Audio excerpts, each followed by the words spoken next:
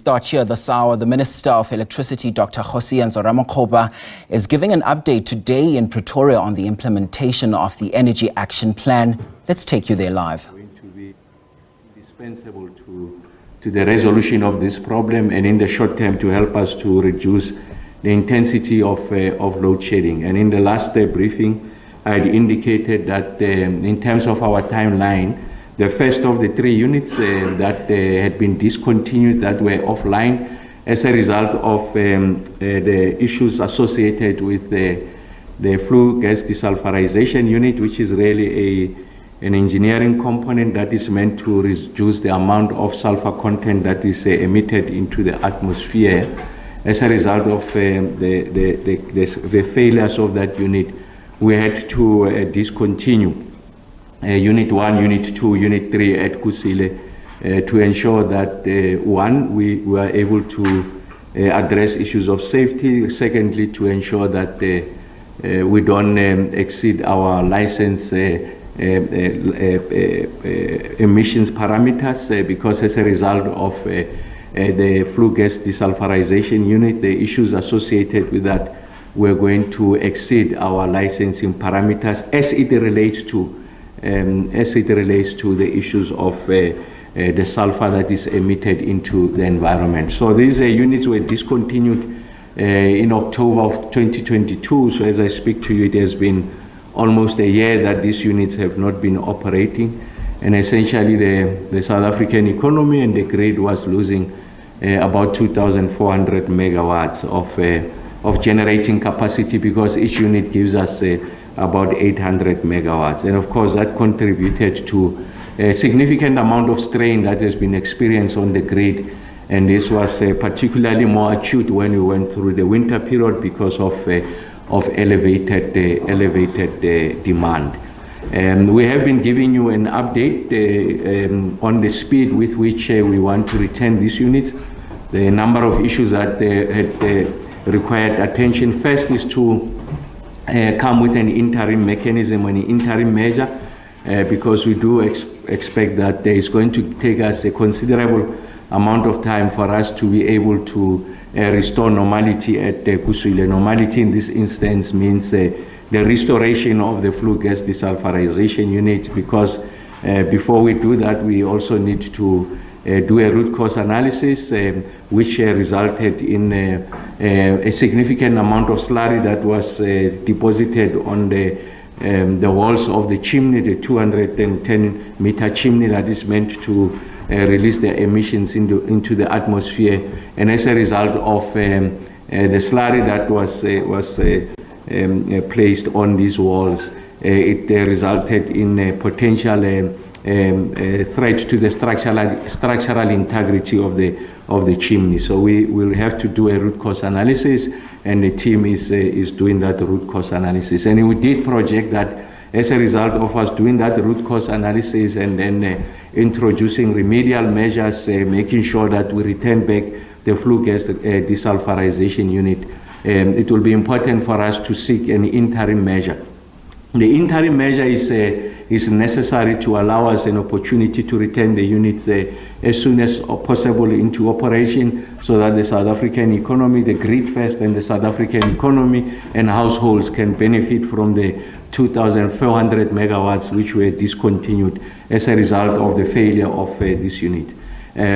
Because there's a legislated framework for us to be able to request for an exemption. ESCOM did lodge a request for an exemption, and the exemption in this instance meant that we are going to request the minister, the authority that is responsible, to allow us to have an interim measure, and we're going to put the temporary stakes to ensure that we return the units as quickly as possible. Of course, the downside of that is that although on other emission parameters we still are compliant, we're going to exceed the amount of sulfur content that is released into the atmosphere, because we are bypassing the flue gas desulfurization unit. So we wanted an exemption in relation to that. So the authority gave us that exemption, and after the authority gave us an exemption, of course, there was a period that was extended to the public for anyone who has an objection to that exemption. And indeed, about 4 or so objections were received, and ESCOM was duly invited to respond to those objections, because ESCOM is the one that has put in place the request for an exemption. We have, through assistance of some of the experts in the environmental space, we've been able to comprehensively respond to those objections, and primarily this had to do with the well-being of the communities within, if you like, the catchment area of the area where we have the Kusile, the footprint of the Kusile power station. We did comply with that. I must indicate that although we are seeking exemptions, although we do know that the net result of this exemption will mean that will not meet our emissions parameter as it relates to the sulfur dioxide. We have put in place measures to ensure that there's some degree of mitigation associated with that. And I must indicate that this is not into the future. Essentially, is this interim arrangement is for over a period of 12 months, because we have made a commitment to the ministry that by December of 2024 will restore normality in the form of the flue gas desulfurization unit, and us remaining within the license parameters. And after we have responded to the objections in the most comprehensive fashion, the minister then came back to us and said that we are free to proceed with the commissioning of those units, and we must keep to the commitment that we have made in relation to the health issues, the mitigations that we are putting in place. And as a result of that approval by the minister, I'm happy to indicate that Kusile Unit 3, one of the 3 units, is now producing, is giving us the megawatts. Now, as I speak to you, is giving us 550 megawatts, and will continue to ramp it up so that we get to anything 712 megawatts up to 800 megawatts. So I'm really excited to indicate that now we are beginning to turn the corner. In this instance, turning the corner simply means that we have that additional generating capacity. We are bringing back those 3 units, and then, of course, in keeping with the last briefing, we will be retaining the other unit during the course of October, and then the last of the 3, of course, will also come in late October, early November. And then also still on the Kusile question, outside the 3 units that we are bringing on stream, which in total should give us a maximum of 2,400 megawatts. There's Unit 5, as indicated in the last briefing. We have every intention of starting the firing of Unit 5 sometime in December. So if you put all of these things together, of course, Unit 5 will gradually be put on stream. It will take a significant period of time, because there's some degree of testing, taking it off at some periods, and then to ensure that when it gets out of being in the hands of the construction team into the hands of the operation team, the unit gets to operate. But we do foresee that we are going to generate those megawatts. And if you like, cumulatively, these 4 units should give us a maximum of 3,200 megawatts. And that's the point I'm making when I'm saying we're turning the corner, is that those units are coming back. And of course, the 3 units, they are going to reduce the unplanned capacity loss factor, the rate at which the units are failing. The units that are offline, of course, we're going to reduce that by a maximum, just on these 3 units, a maximum of 2,400 megawatts going into the future, the immediate future, as indicated. And that's why I made the point to the general public that we are confident about the performance of this generating unit, including the work that we are doing in the other power stations. And I guess that everyone is able to see for him or herself the kind of progress that we are making. Let me just for a moment take you through what has been the performance of the previous week, like we always do. during this briefing session, I do get to indicate what has been the general state of performance the previous Monday until Friday. What has been the average for the week is about 27,491 megawatts. And you can see that we still are at elevated levels of planned maintenance. The point I had made earlier on is that it is important that we keep to the discipline of maintenance so that when we return these units, the units remain online for a maximum period of time, and the amount of megawatts we are able to extract out of these units approximate their design capacity. So I think it's a discipline that we are gradually introducing, and of course this is made possible by the fact that the National Treasury has provided that fiscal relief, 254 billion rand to Eskom, and part of that gets to be invested in ensuring that we are able to sweat this asset, and sweating this asset will require that we exert a considerable amount of time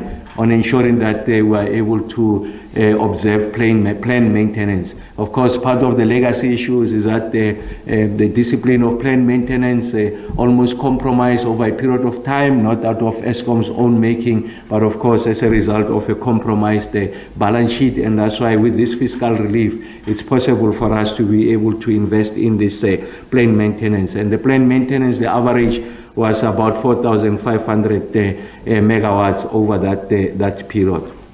An area that is going to see significant improvement in the next 2 to 3 months is on the unplanned capacity loss factor. Remember that the unplanned capacity loss factor, it examined 2 issues in the main.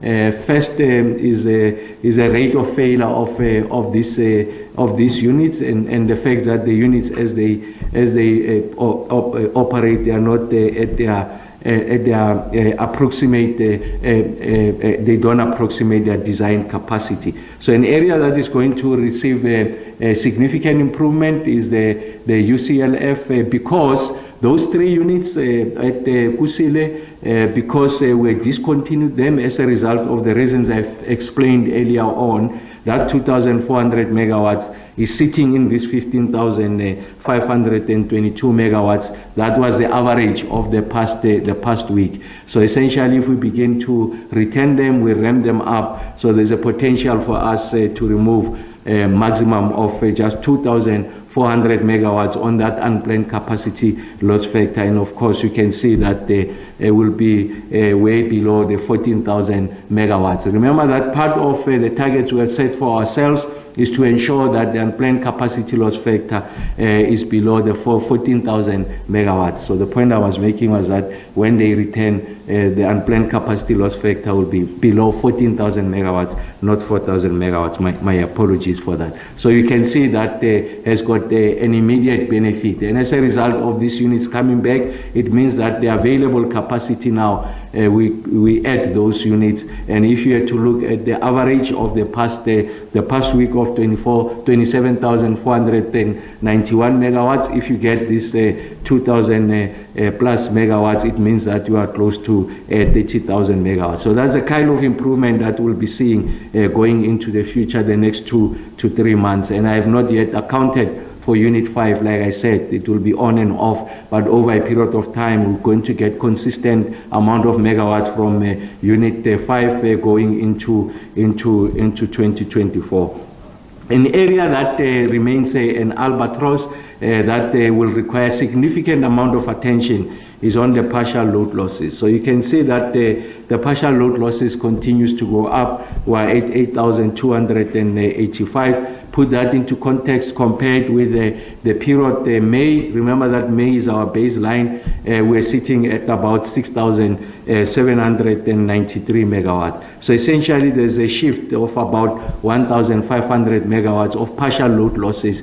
And that's something that is receiving a significant attention. It is important that we address all these matrices. We address the unplanned capacity loss factor. We are addressing the partial load losses. And of course, once you address that, and with the demand going down, it gives us an additional scope or space for us to be a bit more aggressive on planned maintenance maintenance without the need for us to intensify the stages of load shedding. So that's something that is receiving attention, and of course we have not covered ourselves in glory. I want to make the commitment that we will focus on a special focus on the partial load losses. And of course the outage slips, we have been doing relatively well, even though we are at 1,137. Put that into megawatts, put that into context. When we're using the baseline of May, it was at about 3,478. Of course, we want to reach those levels below 1,000 megawatts of outage slips, and this really talks to the degree to which we are able to do planning that is comprehensive, that is precise, to ensure that when we take the units out, we make the promise of retaining them on date X. We indeed keep to that promise of retaining the units on that date as promised. So these are the areas that are receiving attention, and I really want to indicate to the South African public that on a lot of these matrices, like I said, the unplanned capacity loss factor, we're making significant progress. The issues around the outage slips, we are making a significant progress. An area where there's significant reversals, like I said, is on the partial load losses. And of course, the partial load losses have got implications on the available capacity, because they eat into that available capacity, and therefore they have a contribution to the intensity of load shedding, and that's why they will receive attention going into the future.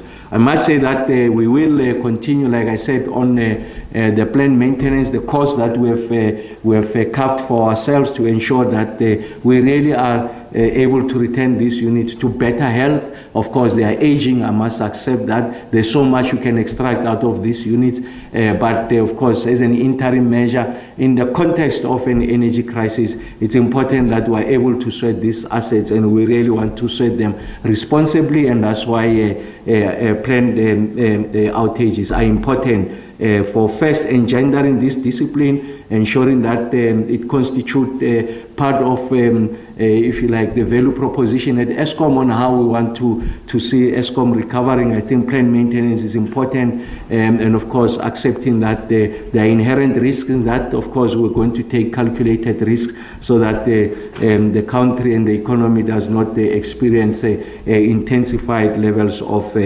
load shedding. So as I conclude, I really do think that the issue around the return of Kusile Unit 3, it's a significant milestone. It's a significant milestone. So what it simply means is that this weekend is a moving weekend, in that it begins to change the complexion of the game. And then you can see the confidence, I think, that we have placed on the management. The rate at which they were able to return these units ahead of time is something that is impressive. And we really want to say thank you to the acting group, first the chair of the board, and the board, the acting group CEO, and also Mr. Bheki Nxumalo, the head of generation, and the team of men and women who are at Kusile, who have had sleepless nights, making sure that we are able to return these units safely. They are able to perform. We are ahead of our time, and I really want to say to the team at Kusile, thank you very much. Of course, we still need to return the 2 other units. We still need to fire Unit 5, and then Unit 6, which is the last of the 6 packs at Kusile, as indicated,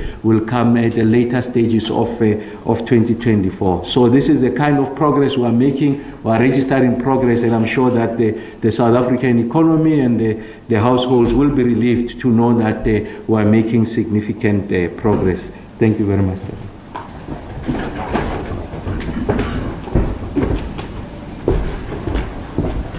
Wow, thank you very much, Minister. I'd also just like to introduce Ms. Daphne Mkwena, who's seated on the left side of the Minister. I've introduced Mr. Silas Zimu. We've also been joined by Eskom's head of generation, Mr. Bheki Nxumalo.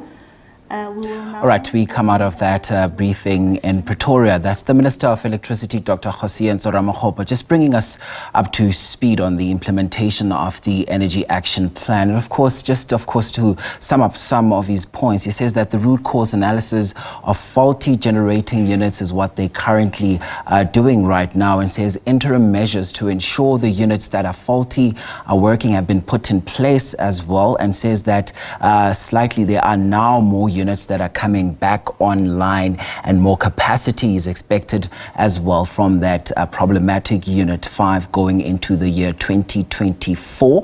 And he says they will also be able to service more units when electricity demand is low. And also just says a significant milestone is that return of the Kusile unit as well. We will continue to be monitoring those developments